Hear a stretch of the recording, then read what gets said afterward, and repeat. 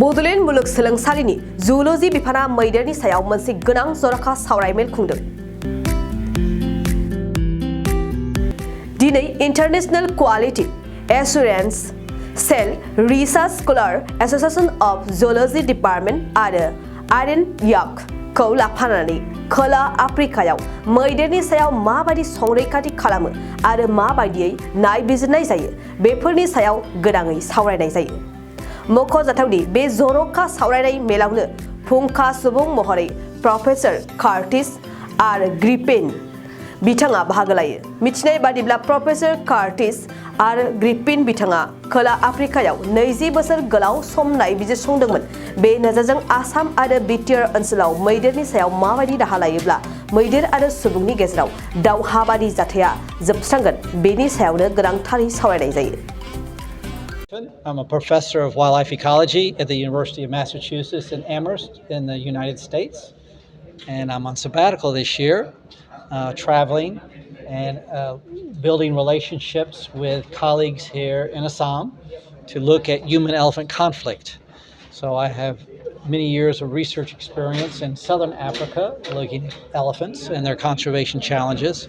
So I wanted to come to India and learn about the human-elephant conflict challenges they have here, especially in Assam, where the human-elephant conflict is quite large and growing.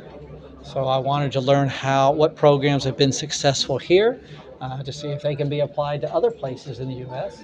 and learn from my Indian colleagues and also share with them my experiences with African elephants and other wildlife conservation programs around the world.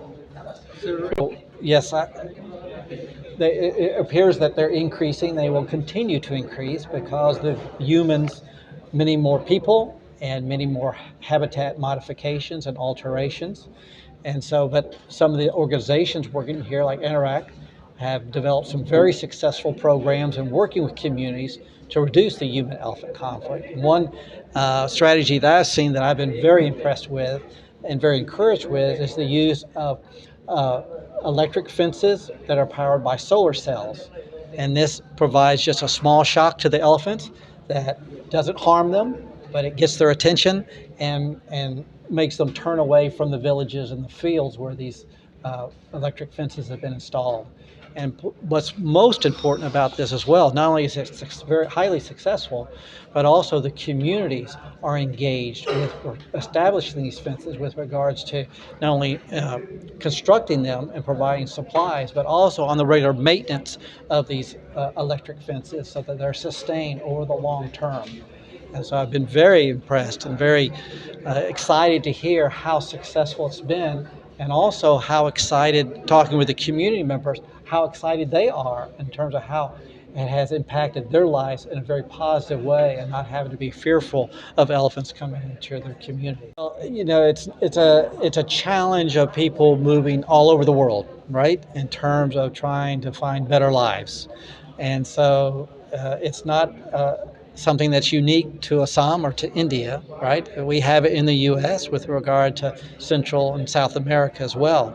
And so it's a big challenge because the numbers are so high that it's going to take some innovation in order to help these people and to reduce their impacts on the environment. Government of BTC, they have to take initiative to reduce that. That's not for me to say.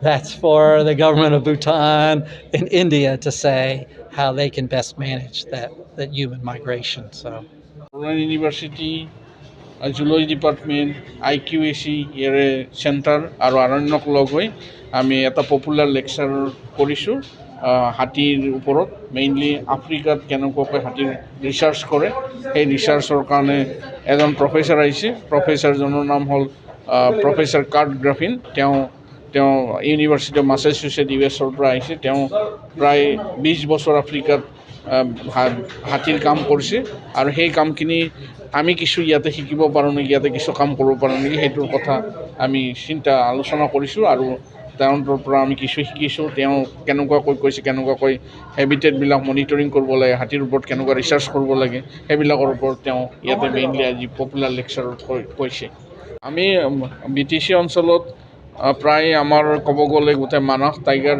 Reserve বা চিৰাং ৰিপু elephant ৰিজাৰ্ভত প্ৰায় 1000ৰ ওপৰত হাতী আছে আৰু এই অঞ্চলটোত বিশেষ কৰি কিছু ঠাইত যিহেতু হেবিটেটটো নষ্ট হৈছে, কৰিডৰবিলাক ব্লক হৈছে, বিশেষ কৰি ওদালগুৰি ডিষ্ট্ৰিক্ট, তামোলপুৰ ডিষ্ট্ৰিক্ট, বাক্সা ডিষ্ট্ৰিক্টত জংঘল খুব কম আছে আৰু সেই জংঘল নাথাকাৰ ফলতে হাতী আৰু মানুহৰ সংঘাতটো খুব বাঢ়ি গৈ আছে। এতিয়া ধৰক যোৱা 10 বছৰত যদি চোৱা যায়, যোৱা 10 বছৰত ওদালগুৰিত প্ৰায় 120টামান মানুহ মৰিছে, ঠিক সেনেকুৱাকৈ চিৰাঙত মৰিছে, বাক্সাত মৰিছে। আমি আৰণ্যকৰ ফালৰ পৰা আমি কেইবাটাও কাম কৰি আছোঁ। এটা হ'ল আমি প্ৰায় 42 kilometre electric fencing, solar fencing লগাইছোঁ আৰু গাঁওবিলাক আমি ঘেৰিছোঁ, কিছু গাঁও ঘেৰিছোঁ, যাতে মানে ধৰক গাঁৱৰ মানুহখিনি সাৱধানে থাকে। আমি বিশেষকৈ ওদালগুৰি, তামোলপুৰ, তাৰপিছত চিৰাং, বাক্সা এইবিলাক জেগাত আমি ফেন্সিং কৰি আছোঁ, ছ'লাৰ ফেন্সিং। তাৰপিছত আমি ৰাইজৰ মাজত এই ছ'লাৰ ষ্ট্ৰীট লাইট এইবিলাক আমি দিছোঁ আৰু তাৰ উপৰিও এটা কাম আৰম্ভ কৰিছোঁ, এলিফেণ্ট কনজাৰ্ভেশ্যন নেটৱৰ্ক বুলি। এতিয়া অলৰেডি আমি মেইনলি ওদালগুৰিতে টাৰ্গেট কৰি আছোঁ। এলিফেণ্ট কনজাৰ্ভেশ্যন নেটৱৰ্কটো তাৰমানে গাঁৱৰ মানুহবিলাকেই এটা নেটৱৰ্ক এটা আছে আৰু য'ত মানে তেওঁলোকে হাতী আহিলে লগে লগে ইনফৰমেশ্যনটো গাঁৱত দিয়ে। হোৱাটছআপ গ্ৰুপত আছে, হাতীটো আজি কোনখন গাঁৱত আছে, ক'ত আছে, লগে লগে ইনফৰমেশ্যনবিলাক গাঁৱৰ মানুহে পাই যায়। সেই এটা কাম কৰি আছোঁ। আৰু তাৰপিছত যিবিলাক জেগাত হাতী একেবাৰে মানে খেতি নোহোৱা হৈছে, এতিয়া ধৰক ওদালগুৰিতে বহুত জেগা আছে, ভোলাতাৰী বুলি জেগা এটা আছে, ওদালগুৰিৰ বহুত জেগা আছে। সেইবিলাক জেগাত আমি এতিয়া কিছু বেলেগ ধৰণৰ খেতি, যেনে হালধি খেতি, নেমু টেঙা, সেইবিলাক আমি কৰি আছোঁ যাতে অন্ততঃ মানুহে কিবা এটা সুবিধা পায়। এইখিনি ধৰণৰ কাম কৰিছোঁ আৰু এৱেৰনেছৰ কামটো যথেষ্ট কৰি আছোঁ। আৰু আমি এতিয়া ভৱিষ্যতে আমি বড়োলেণ্ড ইউনিভাৰ্চিটি আৰু তেখেতৰ যে আহিছে US-ৰ ইউনিভাৰ্চিটিৰ লগত আমি ৰিচাৰ্চৰ কাম কৰাৰ কাৰণে চিন্তা কৰিছোঁ। ক'ব গ'লে গোটেই BTCৰ আমাৰ মেইন ইম্পৰ্টেণ্ট হ'ল কৰিডৰকেইটা মেইনটেইন কৰি থাকিব লাগিব। হাতী যদি এটা জেগাত আবদ্ধ হৈ থাকে, সংঘাত আৰু বেছি হ'ব। আমি গোটেই যিখিনি এতিয়া আটাইতকৈ ইম্পৰ্টেণ্ট এটা মানে মন কৰিব লগা হৈছে কি, আমাৰ মানসখন ৰাইমনাৰ পৰা মানসলৈ যোৱা যিটো ৰাস্তা আছিল, মালিবিটা হৈ দেওশ্ৰীৰ সেই গোটেই সেই অঞ্চলটো এতিয়া মানে হাতীৰ বসস্থান একেবাৰে নাইকিয়া হৈছে। সেই অঞ্চলটো যদি কৰিডৰটো মেইনটেইন কৰা নাযায়, আকৌ যদি নতুনকৈ ৰেষ্ট'ৰ কৰা নাযায়, ভৱিষ্যতে কিন্তু কোকৰাঝাৰলৈ টাউনলৈ হাতী আহিব। সেইটো এটা মানে চিন্তা কৰিব লগা বিষয়। আৰু সেইফালে আমাৰ কৰিডৰখিনি ইষ্টাৰ্ণ আছামৰ যিখিনি আছে, নাগ্ৰিজুলিৰ পৰা আৰম্ভ কৰি একদম ওদালগুৰিলৈ, তামোলপুৰৰ পৰা, সেইখিনি যদি চিন্তা কৰা যায়, লাগিলে BTCৰ ফালৰ পৰা হওক, অসম চৰকাৰৰ ফালৰ পৰা যিখিনি মানুহ বহিছে, তাত যদি তেওঁলোকক কিবা ৰিহেবিলিটেট কৰিব পাৰি, অলপ যদি ফৰেষ্ট আকৌ নতুনকৈ ক্ৰিয়েট কৰিব পাৰি, ধৰক তেওঁলোকে যিবিলাক জেগাত বহিছে তেওঁলোকক তলত যদি আনিব পাৰি, কাৰণ তলত বহুত জেগা এতিয়াও আছে, সেইখিনি জেগাত যদি কৰিব পাৰি আমি কনফ্লিক্টটো অলপ কমাব পাৰিম। মেইন কথাটো হ'ল আমি যিবিলাক কৰি আছোঁ, ধৰক ইলেক্ট্ৰিক ফেন্সিঙেই হওক, লাইট দিয়া, কিবা বোলে জলকীয়াৰ খেতি কৰা, সেইবিলাক চব শ্বৰ্ট টাৰ্ম মেজাৰ কৰি ধৰক ইমিডিয়েটলি আমি কিবা এটা সহায় কৰিব পাৰিম, সেইটো হয়তো হাতীৰ সংঘাতটো কমাব পাৰিম। কিন্তু মেইন কথাটো হ'ল গছ-গছনি লাগিবই, হেবিটেট লাগিবই, আৰু হেবিটেট যদি নহয় লাভ নাই, আমি বেছি মানুহ মৰিব ভৱিষ্যত, আৰু হাতীও সেই হিচাপত মৰিব। আমি বছৰত আমাৰ যোৱা অক্টোবৰ মাহতে আপোনাৰ 20টা হাতী মৰিছে। তাৰপিছত নৱেম্বৰ মাহতে মৰিছে 10টাৰ ওপৰত। অকল BTC বুলি নহয়, বেলেগ বেলেগ জেগাতো মৰিছে, গোৱালপাৰাতো মৰিছে।